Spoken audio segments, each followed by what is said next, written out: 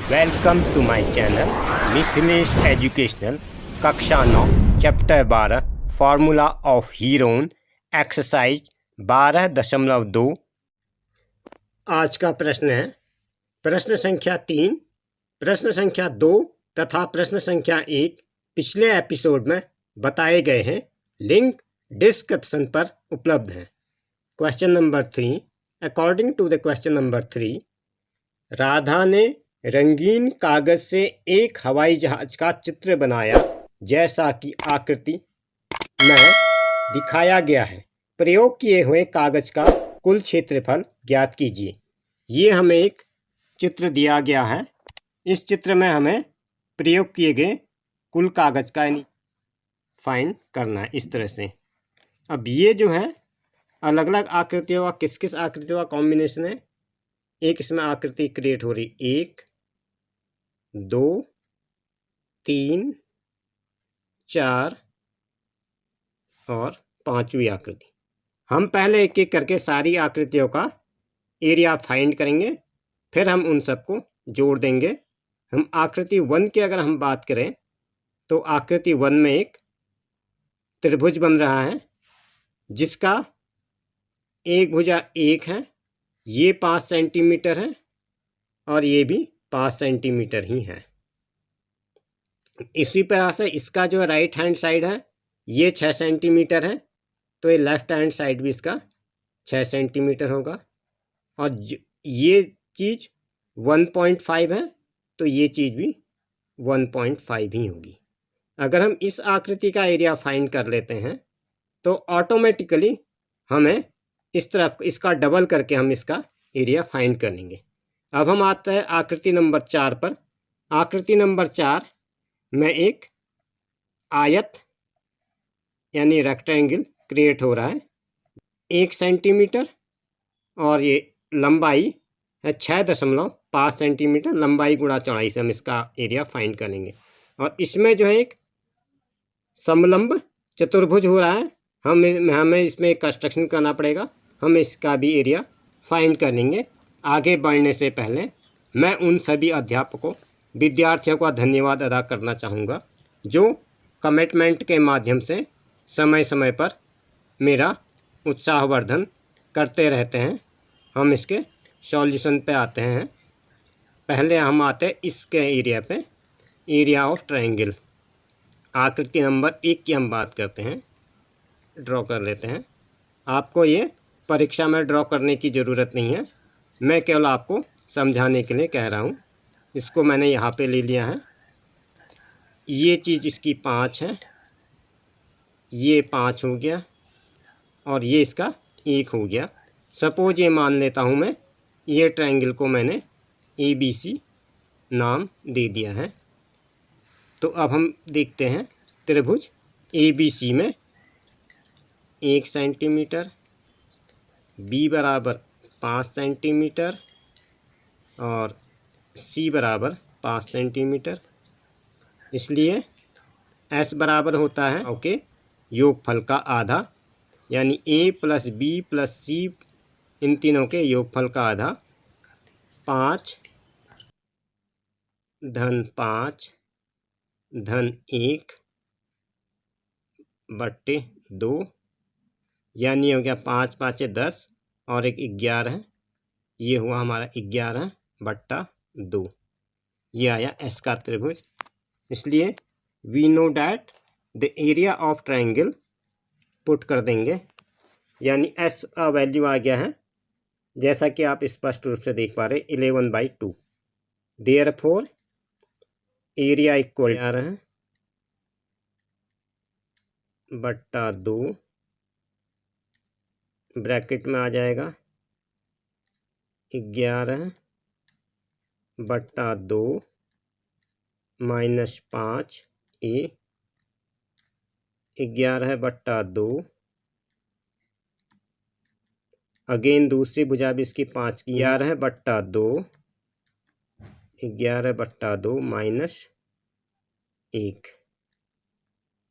क्योंकि जितनी चीज़ मेरी ये है उतनी ही चीज़ मेरी ये है, इसलिए इन दोनों का उत्तर सेम आ जाएगा। इसलिए मैं इसको एज इट इज़ 1/1/2 यहाँ पे लिख देता हूँ, 1/2 इंटू, अब 11/2 में से मैंने 1 किया तो यानी ये मेरा आ जाता है इक्वल टू 11/2 इंटू 1/2 इंटू 1/2 और 11 में से 2 घटाए, यह आ गया 9/2। इस पूरे को ले लिया मैंने स्क्वायर रूट में। अब ये 2 है, 1 बार, 2 बार, 3 बार, 4 बार, 4 बार 2 है, तो इसका अगर मैं रूट निकालूंगा तो 2 आ जाएगा। 1/2 इंटू 2 और अंदर आ जाएगा रूट में, ये हो गया 499, यानी रूट 99 का अगर मैं वैल्यू फाइंड करूं तो ये होता है 9.95 और ये 9.95 का इस तरह से कैलकुलेट करता हूँ, 4 से भाग देता हूँ तो ये 2.48 वर्ग सेंटीमीटर आता है। 4.48 को राउंड अबाउट में क्या लिखा जा सकता है, 2.25 वर्ग सेंटीमीटर। ये आया मेरा उत्तर नंबर 1।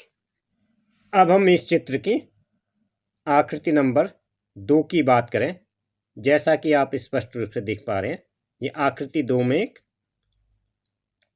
त्रिभुज क्रिएट हो रहा है, समकोण त्रिभुज बन रहा है इस तरह से, जिसकी एक भुजा 6 सेंटीमीटर की है, एक भुजा 1.5 सेंटीमीटर की है। इस तरह से हम आकृति 2 को यहाँ पर ड्रॉ कर लेते हैं। ये आ गया इस तरह से। अगर मैं इसको, ये है 1.5 सेंटीमीटर, तो ये क्या है, हमें पता है समकोण त्रिभुज का क्षेत्रफल क्या होता है, 1/2 लंब गुणा आधार। अब हम इसको यहाँ पे लिख देते हैं। हम जानते हैं कि समकोण त्रिभुज का क्षेत्रफल 2 लंब गुणा आधार होता है। 1/2 गुणा, ये है 6 सेंटीमीटर, इसमें लंब है, और आधार इसका है 1.5। यानी अगर मैं इसको इस तरह से लिख देता हूँ, 1.5 गुणा 6/2, यानी 2 ने 6 को कैंसिल कर दिया है, 2 ने 6 को कैंसिल किया, 2 तिया 6 और 15 इंटू 3, 15 × 3 = 45, 4.5 स्क्वायर सेंटीमीटर, 4.5 वर्ग सेंटीमीटर हमारी आकृति नंबर 2 का एरिया है। और इसी प्रकार से सेम टू सेम ये ट्रायंगल भी क्रिएट हो रहा है, जिसकी एक भुजा 6 सेंटीमीटर की है, और ये चीज़ इसमें भी 1.5 का है। इसमें भी सेम फार्मूला लगेगा। ये 6 सेंटीमीटर, ये कुछ नहीं है, ये 1.5 है। यहाँ पे जो है ये इसका सेम बन जाएगा, 6 ये हो जाएगा, 1.5 ये हो जाएगा, एरिया इसी तरह से आएगा 4.5।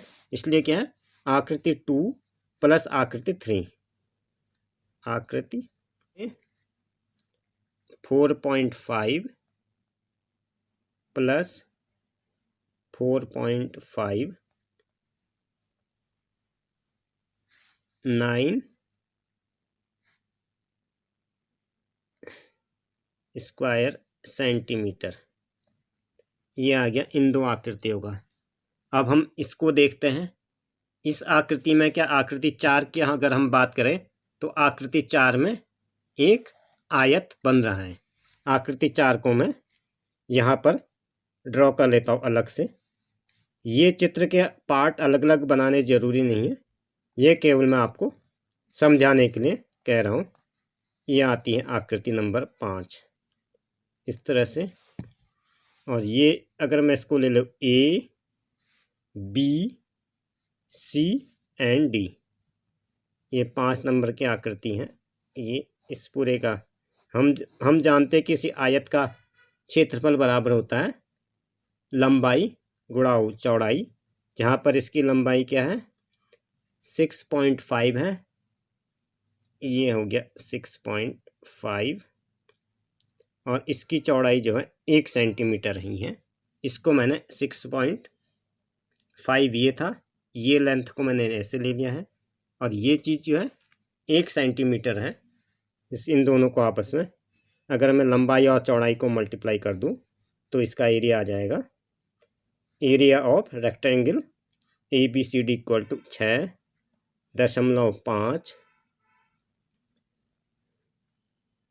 गुणे into 1 centimetre equal to 6.5 square centimetre. ये आया मेरा एक तीसरा उत्तर। लास्ट में क्या करेंगे, हम इन सबको जोड़ देंगे। ये जो आकृति इसका आया है, और ये आया था मेरा इन दो आकृतियों का एडिशन। अब हम निकालते हैं इस तरह की आकृति जो एक समलंब चतुर्भुज क्रिएट हो रहा है। इसको अगर मैं साधारण शब्दों में ABCD इस तरह से ले लेता हूँ, और इस समलंब चतुर्भुज को यहाँ पर ड्रॉ करता हूँ। इसको थोड़ा मैग्नीफाई कर लूँ, इस तरह से आ जाता है। ये इसको मैंने ऐसे रख दिया है, ये इस तरह से है। ये एक समलंब चतुर्भुज का चित्र बना। इसके लिए क्या है, जैसा कि आप स्पष्ट रूप से देख पा रहे हैं, ये चीज़ मेरी 2 सेंटीमीटर है, और ये जो थी 2 सेंटीमीटर, और ये चीज़ जो है आकृति पास थी, ये 1 सेंटीमीटर था। ये ऊपर वाला 1 सेंटीमीटर, तो ये भी 1 सेंटीमीटर, ये हो गया 1 सेंटीमीटर। अब क्या करता हूँ मैं, जो मेरा आकृति 2 सेंटीमीटर है, 2 सेंटीमीटर को मैं बराबर 2 हिस्सों में बांट देता हूँ। इस तरह से अगर मेरा ये समलंब चतुर्भुज ABCD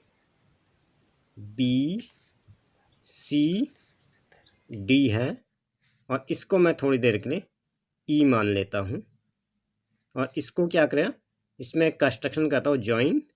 हमने C को E से मिलाया और E को D से मिला दिया, तो इस तरह जो आकृति बन रही है, ये क्या है, एक 3 त्रिभुजों का कॉम्बिनेशन है।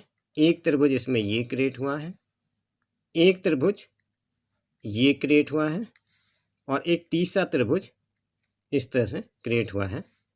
हम क्या करेंगे, इसका एरिया निकाल लेंगे, और इसी तरह से जो है तीनों का एरिया आपस में ऐड करके इस एरिया का पूरा एरिया फाइंड कर लेंगे, क्योंकि ये एक ऐसा त्रिभुज है जिसकी 3 गुणा 1 सेंटीमीटर भुजा का क्षेत्रफल। अब अगर हम इस चित्र को देखते हैं तो ये चित्र में ये 1 सेंटीमीटर है, तो ये इसकी भुजा, त्रिभुज की भुजा, ये 1 सेंटीमीटर आपको स्पष्ट रूप से दिख पा रही है। और ये 2 सेंटीमीटर को मैंने क्या किया, बराबर बराबर 1 सेंटीमीटर में बांट दिया है, यानी इसके लिए ये चीज़ 1 है और ये चीज़ भी 1 है। और इस तरह से जो है इसकी एक भुजा ये जैसा कि आप देख पा रहे हैं, ये भी 1 सेंटीमीटर है, तो इसको मैंने 1 सेंटीमीटर यहाँ से ले लिया है। इस तरह से बन रहा है, ये भी 1 है, ये भी 1 है, ऊपर वाला 1 है, इसलिए ये एक समबाहु त्रिभुज होगा जिसकी तीनों भुजाएं 1-1 सेंटीमीटर की होती हैं। इसलिए जो है आकृति 3 जो है एक ऐसा कॉम्बिनेशन है जिसके जो कि 3 प्रकार के त्रिभुजों से मिलकर के बन रहा है। ये मैंने इसको डिटेल में बता दिया है। एक त्रिभुज ये है, एक त्रिभुज ये है, एक त्रिभुज ये है। इसको मैंने यहाँ पर मैग्नीफाई कर दिया है। ये 2 सेंटीमीटर है, इसको मैंने 2 बराबर भागों में बांटा था, तो ये हो गया था 1 सेंटीमीटर और 1 सेंटीमीटर, इस तरह से हो गया था। अब हम क्या जानते हैं? हम जानते हैं कि समबाहु त्रिभुज का क्षेत्रफल बराबर होता है √3 डैट, इस दशा में त्रिभुज का क्षेत्रफल हो जाएगा area of triangle equal to √3 बट्टा 4, क्योंकि इसकी प्रत्येक भुजा क्या 1 है, तो 1 का स्क्वायर हो जाएगा। 1 का स्क्वायर कितना होता है? 1 × 1, यानी ये 1 ही होगा, इस पर कोई फर्क नहीं पड़ेगा। यानी ये हो जाएगा √3/4 × 1, ये हुआ एक त्रिभुज का। इसके बाकी त्रिभुज भी सेम टू सेम है, इसलिए मैं इस पूरे का एरिया निकालने के लिए इस √3/4, इस पर मैं √3 का वैल्यू रख लेता हूँ। 3 गुणा 1.732 अपॉन में 4 हो गया है। इसको मैं और सिंप्लीफाई करूं तो ये आ जाएगा 1.299। इसको राउंड अबाउट में लेना चाहें तो हो जाएगा 1.3 वर्ग सेंटीमीटर। अब जितने भी मैंने अभी तक आंसर निकाले हैं अलग अलग आकृतियों के, उन सबको मैं एक में ऐड कर लेता हूँ। इसलिए पूरी आकृति का क्षेत्रफल बराबर आकृति 2, आकृति 3 और आकृति नंबर 4, इन सबको क्या करता हूँ मैं क्रम से ऐड कर लेता हूँ। ये आया, अभी वाले को मैं पहले ले लूँ, मान लें, किसी को भी आप पहले या बाद में ले सकते हैं। 1.3 प्लस 9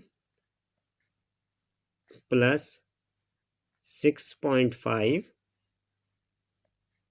प्लस 2.5, क्योंकि ये सारे स्क्वायर सेंटीमीटर में ही हैं। ये जो है वर्ग सेंटीमीटर, सेंटीमीटर का स्क्वायर, इन सबको ऐड करते हैं। ये आता 19.3